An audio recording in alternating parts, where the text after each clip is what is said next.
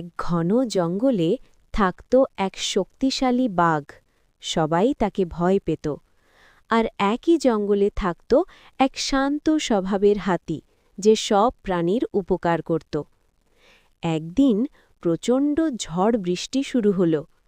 জঙ্গলের নদী উপচে পড়ল। বাঘ হঠাৎ স্রোতের মাঝে আটকে গেল। যতই শক্তি দেখাক সে সাঁতরে উঠতে পারছিল না। ভয়ে সে গর্জন করল সাহায্যের জন্য।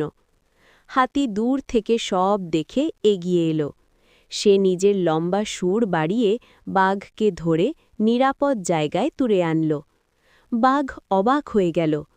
নরম গলায় বাঘ বলল, আমি এত শক্তিশালী হয়েও আজ অসহায় ছিলাম, তুমি আমাকে বাঁচালে।